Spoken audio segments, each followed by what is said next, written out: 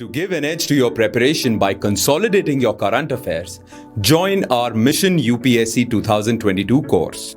In this course, aspirants will get subject-wise weekly current affairs with each class covering all major newspapers and magazines. Plus, students will get practice questions for prelims as well as mains. The subjects are segregated to give structure to your preparation. So on Mondays, you'll be getting science and technology related current affairs. On Tuesdays, you'll be getting economy related current affairs. On Wednesday, you'll get international relations and security. Thursday would be geography and environment. Friday would be polity and governance. And on Saturdays, you'll be getting social issues related current affairs. This course also includes subject-specific consolidated PDFs with every lecture. Also, you'll be getting full-length fortnightly test series for prelims as well as mains. The mains test series also includes regular answer evaluation by expert faculty. You'll also be getting regularly weekly live mentorship sessions in which you'll interact with our expert faculty. Give an edge to your preparation by joining this course. Hello and welcome to Chetan Bharat Learning. So today we are covering the polity current affairs, weekly current affairs from the time period of 16th to 13th November. ठीक है, तो हम इसको cover कर रहे हैं और आज जो हम चीज़ें कवर कर रहे हैं that is about the Data Protection Bill and the National Legal Services Day. ठीक है, तो ये जो डेटा प्रोटेक्शन बिल था आज के ही न्यूज़ में था एंड इट इज़ एक बिल भी आया हुआ है पार्लियामेंट के अंदर, उसको नेगोशिएट डिस्कशंस चल रही है, डेलिब्रेशन चल रही है उसके ऊपर. So we ought to know this and already एक क्वेश्चन आ चुका है इन 2018 पेपर. ठीक है, और ये जो टॉपिक है ना बार बार बहुत सारे चीज़ों के रेफरेंस में आ जाता है. अच्छा, अब नेक्स्ट जो आपका नेशनल लीगल सर्विसेज डे है, this is again a very very important topic. तो ये GS2 के जो सिलेबस है ना आपका, जो यूपीएससी सिलेबस रिलीज करता है, उसमें ये टर्म ऑलरेडी मेंशन्ड है. Not legal services day, the national legal services authority, तो नालसा, जिसको रिकॉग्नाइज करने के लिए, नालसा को रिकॉग्नाइज करने के लिए, उसकी अवेयरनेस बढ़ाने के लिए ये डे मनाया गया था on the 9th of November. ठीक है, तो तब से इसको नेशनल लीगल सर्विसेज डे बोल दिया जाता है.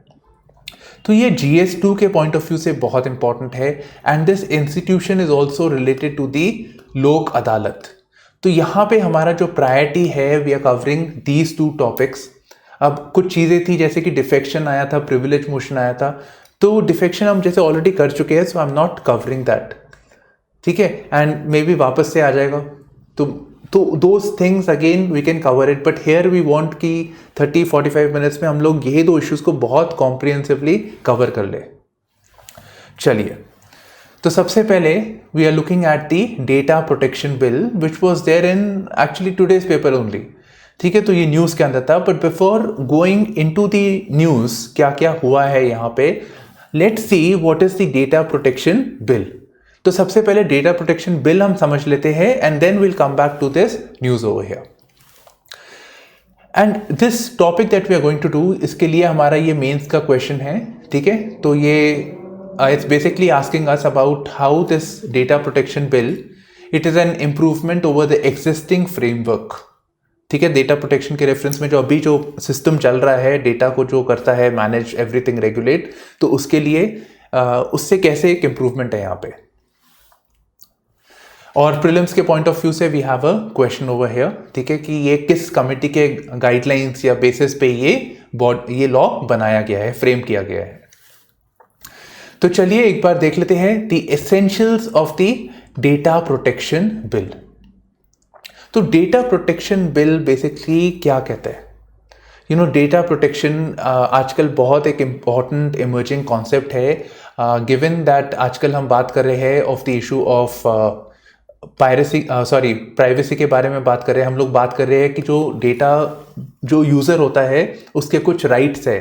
जैसे आप लोग सोशल मीडिया यूज़ कर रहे हैं या फिर आपका डेटा गवर्नमेंट यूज़ कर रही है, आधार वगैरह, तो it is being stored in a particular place. ठीक है, तो in that case one, your data has been taken, तो प्राइवेसी का इशू वहाँ पे आ जाता है. Then the other issue is how the data is being used.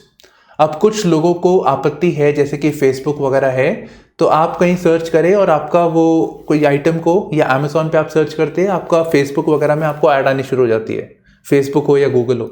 आपका डेटा कैसे यूज हो रहा है, कि आपका कंसेंट लिया गया था या नहीं लिया गया था, ठीक है। Then how is the data getting stored.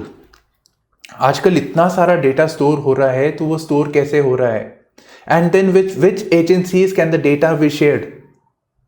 अब यहां पे आप ये भी ध्यान दीजिए कि जो ज़्यादातर हमारा जो डेटा है, ठीक है, हम लोग प्राइवेट, एक तो होता है गवर्नमेंट को दे रहे हैं हम लोग डेटा, ठीक है, एक होता है प्राइवेट प्लेयर्स को। और प्राइवेट में भी जैसे कि फेसबुक, आपका गूगल हो गया, जीमेल वगैरह, all those things, normally these are US based companies. ये हमारा डेटा जा रहा है फॉरेन कंट्री के अंदर, है ना, our data that we are generating, it is going to a foreign country, and since it is in a foreign country, no law of ours, हमारे इंडिया का या तो हमारा सॉवरेन यहाँ पे पावर नहीं कर सकता टू अ फॉरेन कंपनी, हम उस पर इम्पोज नहीं कर पा रहे, शायद हम इसलिए बिकॉज हमारा अपना एक लॉ था ही नहीं कभी भी, ठीक है। तो यूएस बेस्ड कंपनीज उसको यूज कर रही है हमारा डेटा को, और वो डेटा इंटेलिजेंस एजेंसीज एंड बाकी जगह पे जा रहा है। प्लस हमारे डेटा से फॉरेन कंट्री की इकोनॉमी बेटर हो रही है एट आवर कॉस्ट। तो यू नो एक और एक टर्म यहां पे आ जाता है, that is colonisation of the data या डेटा कॉलोनाइजेशन। जैसे हमारी इंडिया जो मॉडर्न हिस्ट्री के टाइम में आप रेफर में देखोगे आप लोग, कि हम लोग देखते हैं कि India was being used as a colony, ठीक है, फॉरेन कंट्री फायदा उठा रही थी इंडिया का रिसोर्सेज के लिए और बाकी सब चीजों के लिए। तो अब डेटा के लिए हमारा फायदा उठाया जा रहा है, तो data is becoming a very very important thing, ठीक है, it's almost like a new age gold over here. So इन सब के चक्कर में, इन सब के चलते there is a need felt of having an data protection law, ठीक है। तो बिल तो लॉ ही बनेगा ना, पार्लियामेंट उसको जब पास कर देगा तो लॉ बन जाएगा। So there was a need felt for the data protection law. And इसी रेफरेंस में बाहरी कंट्रीज में भी, जैसे यूरोपियन यूनियन वगैरह में भी इन सब इश्यूज पे बात करी गई थी। So we have borrowed certain features from the other countries, developed countries वगैरह से। अच्छा, अब आते हैं डेटा प्रोटेक्शन बिल बेसिक बात क्या करता है। तो डेटा प्रोटेक्शन बिल सबसे पहले कहता है there is a data principal, the agency, the person, individual that creates data, जिसका डेटा है, ठीक है, और वो डेटा कहां जा रहा है, it is going to the data fiduciary. आप जब अपना साइन इन करते हैं, आप रजिस्टर करते हैं टू फेसबुक और एनी अदर वेबसाइट, तो आपने अपना डेटा किसी और को दिया, आपने अपना डेटा किसी और को दिया। यहां पे आपने जब आधार का दिया या बैंक में आपने रजिस्टर किया डिटेल्स, तब भी आपने अपना डेटा दिया।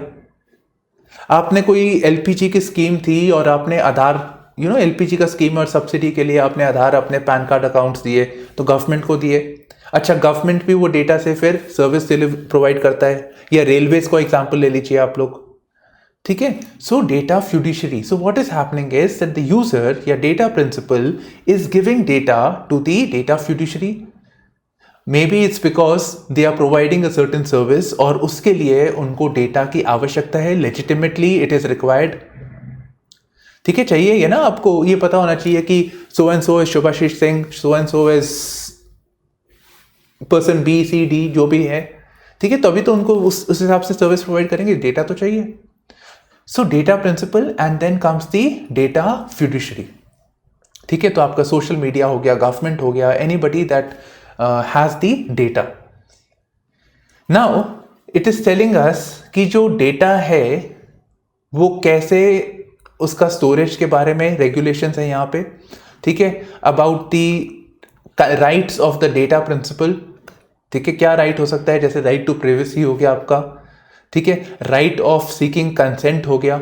So when the data is being taken and the data is being used for any other activity, हो सकता है कि ये डेटा लेके ये जैसे कि फेसबुक वगैरह एडवर्टाइजिंग में यूज करें आपसे, तो फिर आपका कंसेंट होना चाहिए यहाँ पे, ठीक है। तो ये बेसिक ऑब्लिगेशंस फिक्स कर रही है on the data fiduciary. So this is fixing obligations on the data fiduciary and it is recognising the rights of the data principal.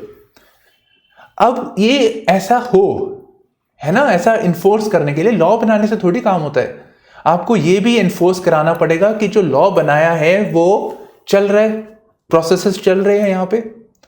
तो उसके लिए a data protection authority has been created. ठीक है, तो data protection authority का यही मतलब है कि वो लॉ को इंप्लीमेंट करना है यहां पे। अच्छा, इसके बियॉन्ड एक चीज है जो यहां पे स्पेसिफिकली मेंशन नहीं है, that is it also talks about localisation of data. मैंने अभी आपको बताया था ना, जैसे कि फेसबुक वगैरह है, तो आपका जो डेटा ले रही है that is going into the USA. तो ये कह रहे हैं कि आपको certain companies have to keep a copy और mirror data in the country only, and कुछ बहुत सीक्रेटिव सेंसिटिव डेटा है वो तो उसको physical storage has to be there within the country only, and वो बाहर नहीं जाएगा।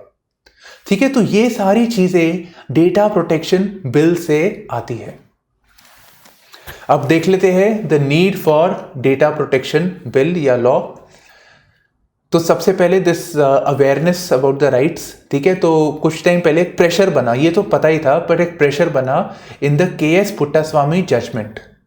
ठीक है, तो के.एस. पुट्टास्वामी जजमेंट ने सीधा सीधा बोला, देखिए जो राइट टू लाइफ है आपका आर्टिकल 21 है, that also includes privacy, and privacy इसका मतलब it becomes a fundamental rights.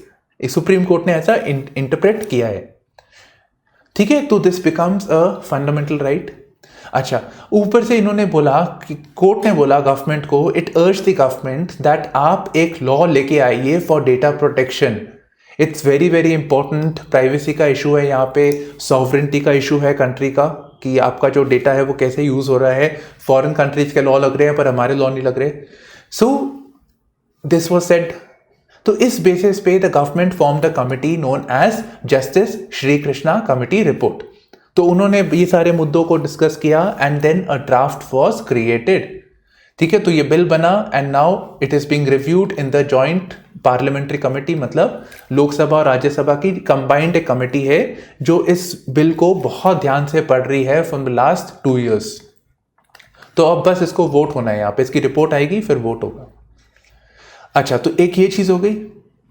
ठीक है, so the next issue is lack of a sovereign law on the data, and we are now moving towards a data based economy. कुछ भी हो रहा है data चाहिए। ठीक है, आपको गवर्नमेंट की स्कीम्स है उसके लिए भी डेटा चाहिए। सो सोशल मीडिया, एडवर्टाइजमेंट, मार्केटिंग, हर चीज के लिए डेटा डेटा डेटा। ठीक है, so it's becoming very very important. Now हमारा जो एग्जिस्टिंग फ्रेमवर्क था, क्या है existing framework? Existing framework is coming from the IT act जो 2000 में बनाई गई थी। सो दिस इज ग्रॉसली इनएडिक्वेट। ठीक है, 2000 और 2021 में जमाना बदल गया है, तो इट वॉज इनएडिक्वेट। ठीक है, उस तरह का कॉन्शियस नहीं था यहाँ पे कि प्राइवेसी का राइट होना चाहिए। इन डेटा बन रहा है वो दूसरी कंट्री में जाएगा, those things were still not evolved as yet. और यहाँ पे जो प्राइमरी इशू था यहाँ पे, that was about the issue of data security. ठीक है, डेटा सिक्योरिटी के बारे में बात करता है, and then how the information is flowing between all the electronic devices, उसके स्पाइंग के बारे में, वो सब चीज़ों के बारे में बात कर रहा था। पर अभी तक यहाँ पे प्राइवेसी के बारे में तो बात थी ही नहीं थी, privacy and the rights of the data principal. Further this did not apply, इसके जो ऑब्लिगेशंस थी that was only for other sectors, non government sectors. ठीक है, प्राइवेट सेक्टर के लिए, but it was not for the government agencies. तो जो आपका डेटा प्रोटेक्शन बिल है वो गवर्नमेंट एजेंसीज के लिए भी बात करता है यहाँ पे। फॉर इंस्टेंस गवर्नमेंट एजेंसीज जैसे कि आधार का डिटेल आपसे लिया। ठीक है, तो अभी एक इससे पहले की न्यूज़ थी, that was UIDAI, the agency that manages and जो आपका डेटा लेती है आधार का, बेसिकली जो सारा आधार रिलेटेड वर्क है वो ये करती है।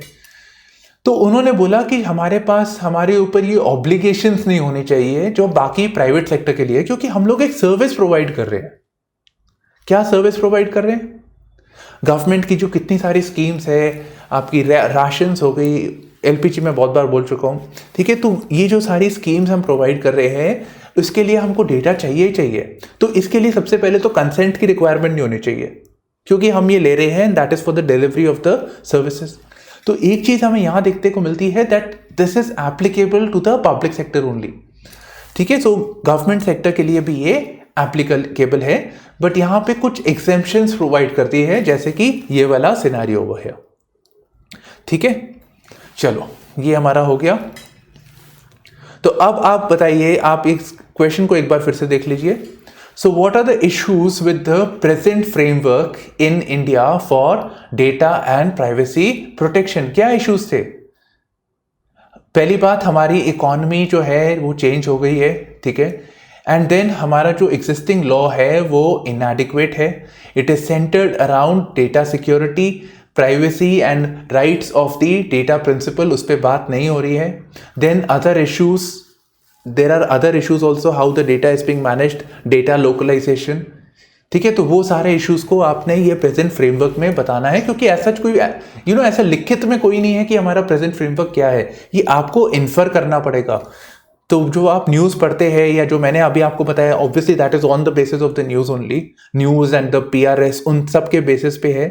तो ये आपको यहाँ पे रेफर करना पड़ेगा, ठीक है। And then briefly state the key features of the data protection bill. यहाँ पे क्रिटिसाइज नहीं करना है, यहाँ पे क्रिटिसाइज का नहीं आएगा भी नहीं, आपके पास वर्ड्स ही नहीं होंगे करने के लिए, ठीक है। तो बेसिक आपको यहां तक बताना है और आपका काम यहाँ पे हो जाएगा, समाप्ति। Next is about the national legal services day, ठीक है। तो यहाँ पे I don't have a prelim specific question, पर मैं बता दूंगा कैसे आ सकता है। तो national legal services day which is celebrated on the 9th of November, ठीक है। तो 9th of November को वो सेलिब्रेट होता है and it was started in 1995. क्यों? To create awareness of the National Legal Services Authority, जो 1987 में आया था।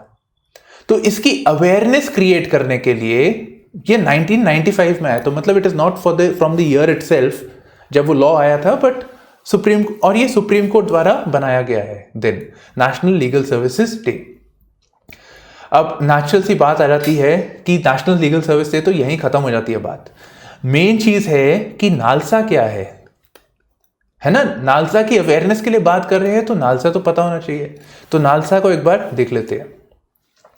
तो नालसा का बेसिक काम है to provide, to basically make, ये यहां पे लिखा हुआ है, to make justice available, legal instruments available to the poorer and the weaker sections, ठीक है। तो उन तक जस्टिस को प्रोवाइड करना, और उसके लिए नालसा बनाया गया था। एंड नालसा का एक की एलिमेंट है, दैट इज द लोक अदालत, ठीक है। तो NALSA is basically created by an act of the parliament, उसके अंदर लोक अदालत हैज बीन क्रिएटेड। तो एक बार समझे, लोक अदालत इज अ स्टैट्यूटरी बॉडी और नॉट? लोक अदालत is formed on the basis of, on the framework of which of the following? तो आपका नालसा यहां पे आंसर होगा। अच्छा, अब ये कौन से कॉन्स्टिट्यूशनल प्रोविजंस के बारे में बात करें? ऑब्वियसली आपका GS2 का टॉपिक है, तो कुछ कॉन्स्टिट्यूशनल ऑब्लिगेशंस है कंट्री की, कुछ चीजें हैं उसको वो फुलफिल करना चाहता है। तो यहाँ पे directive principles of the state policy कहते हैं, आर्टिकल 39 है, मतलब कि स्टेट को इंस्ट्रक्शंस है कि आप अपना काम कैसे करें, कुछ कि आपके गोल्स होने चाहिए, ऑब्लिगेशंस होने चाहिए, ठीक है। तो directive principles of state policy का आर्टिकल 39A कहता है to provide free legal aid to the poor, ठीक है। जो पुअर है उनको भी जस्टिस मिलना चाहिए, ये नहीं कि सिर्फ अमीरों के लिए ये, ठीक है। So that should be done. And then we have article 14 जो कहता है, which talks about equality before law and equal protection of law. अब ये इक्वालिटी बिफोर लॉ के लिए सबसे पहले तो एक्सेस टू जजमेंट भी होनी चाहिए, एक्सेस टू जुडिशरी भी होना चाहिए यहाँ पे, ठीक है। And then article 22 is about if somebody is getting arrested, तो उसके राइट्स के बारे में। तो again in that case judiciary has to function, the court और legal instruments have to be there. तो ये सारे, ये जो इंपॉर्टेंट फंडामेंटल राइट्स है and the directive principles, they are associated with NALSA. Now what is the objective of NALSA? सबसे पहले उसके बेसिकली 4 ऑब्जेक्टिव्स हैं यहाँ पे। तो सबसे पहला ऑब्जेक्टिव है टू स्प्रेड लीगल अवेयरनेस, लोगों को जागरूक करो about their rights, about their obligations, ठीक है। और वो कैसे जुडिशियल इंस्ट्रूमेंट्स जो उनके लिए बनाई गई है, सारा कुछ ये supreme court, subordinate court, high court नहीं है, उसके बियॉन्ड भी कुछ चीजें हैं, तो उन सब के बारे में जागरूक करने की जरूरत है।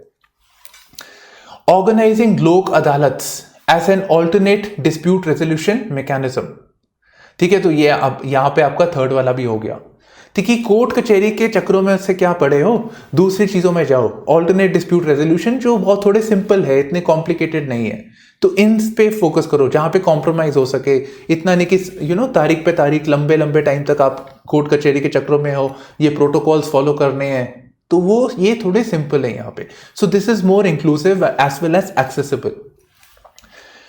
एंड इनफैक्ट लोक अदालत का मतलब ही होता है पीपल्स कोर्ट, ठीक है, लोक अदालत कोर्ट। सो प्रमोटिंग ऑल्टरनेट डिस्प्यूट रेजोल्यूशन। अभी यहाँ पे ये भी कह सकते हैं कि it will also help reduce the burden on the judiciary. तो जुडिशरी में जो केसेस जाते हैं वो आप लोक अदालत के स्टेज में ही आप उसको पहले रिकवर कर लीजिए, ठीक है। अब ये कौन से केसेस जा सकते हैं यहाँ पे लोक अदालत के अंदर?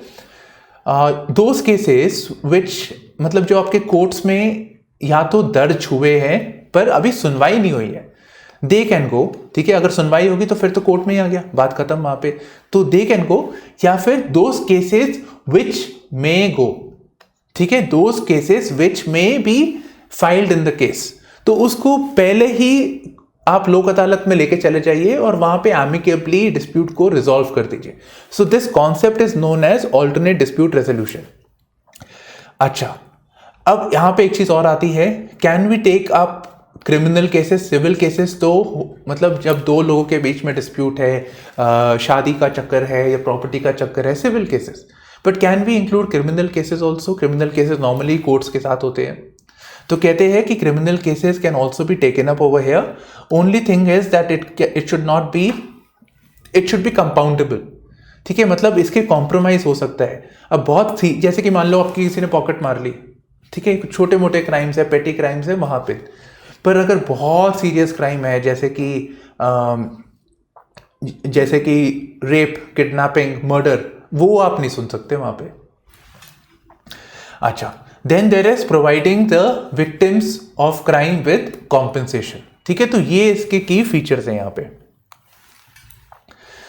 सो अबाउट लोक अदालत, तो ये हमारा जो नालसा का वेबसाइट है, बेसिक नालसा, अगर आप नेट पे देखेंगे तो नालसा का वेबसाइट के अंदर ही लोक अदालत है। तो मतलब एक चीज है कि इट्स अ वेरी की एलिमेंट ओवर हियर, ठीक है। सो ये बेसिक यही फीचर्स है यहाँ पे। Only thing that I didn't mention over here कि जो लोक अदालत है वो काम करता है, दैट फंक्शंस, वो फ्री ऑफ कॉस्ट है, ठीक है। तो no court fee shall be payable for cases in Lok Adalat. And दूसरी चीज यहां पे लोक अदालत के रेफरेंस में, that if a case goes to the Lok Adalat, है ना, कोई केस किया जो कोर्ट की जाएगा यहां पे चला गया, देन इन दैट केस अगर वो रिजॉल्व होता है, ठीक है, देन उसकी जो जजमेंट होगी that will have a power of a civil decree, ठीक है। तो मतलब उसकी एक लीगल सैंक्शन होगा यहाँ पे, लीगल अथॉरिटी होगी उसकी यहाँ पे। And other thing is that it can not be appealed, उसके ऊपर अपील नहीं की जा सकती। If a person has no appeal can be made against such an award, but yes one can still use one's right to litigate and one can still go to the higher court.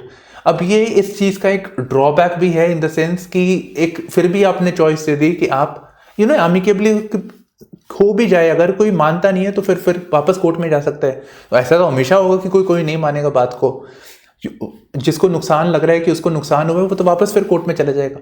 So the issue कि वो हम judiciary के ऊपर burden ना डाले and वो court कचहरी के चक्रों में ना फंसे, हम फिर वहीं पे जा रहे हैं। And one more thing over here Lok Adalat के बारे में, that Lok Adalat can be organized, there are one एक परमानेंट लोक अदालत है, ठीक है, एंड देन देयर इज लोक अदालत जो मोबाइल है, जो जगह से जगह, विलेज टू विलेज, ठीक है, छोटे छोटे लेवल्स में जाते रहते हैं। So they are easier to organise, ठीक है। So they reach to the people, ऐसे बोल दीजिए, they can reach to the people, और आप कोर्ट तक जाते हो। अब मान लो कि आप पहले सबसे पहले सबऑर्डिनेट डिस्ट्रिक्ट लेवल पे जाओगे, डिस्ट्रिक्ट लेवल के बाद आप जाओगे हाई कोर्ट में, स्टेट के कैपिटल, नॉर्मली के कैपिटल, फिर आप सुप्रीम कोर्ट में। अब मान लो चेन्नई का आदमी है, उसको जाना है सुप्रीम कोर्ट, तो ये सारे तो कॉम्प्लिकेटेड है, यहाँ पे खुद आपके पास आ रहे हैं, तो ये इसके यहाँ पे बेनिफिट्स है, right. So this basically covers our analysis for weekly current affairs, ठीक है। तो चीज़ें रिपीट होती है, I just want to focus on 2-3 topics, उसको डिटेल में कॉम्प्रिहेंसिवली करना चाहते हैं एंड आगे फिर उसको और कवर अप कर लेंगे। So right then, so this is it. So thank you for streaming in to Chetan Bharat Learning with me, Shubhashi Singh Rehal. Bye bye, take care and all the best.